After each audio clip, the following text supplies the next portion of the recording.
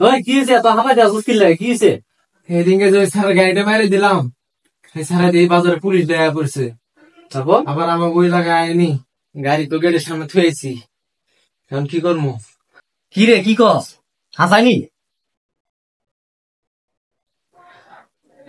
এই এনে ঢুকলে হইব, বাইরে যাওয়া লাগবো, চলো।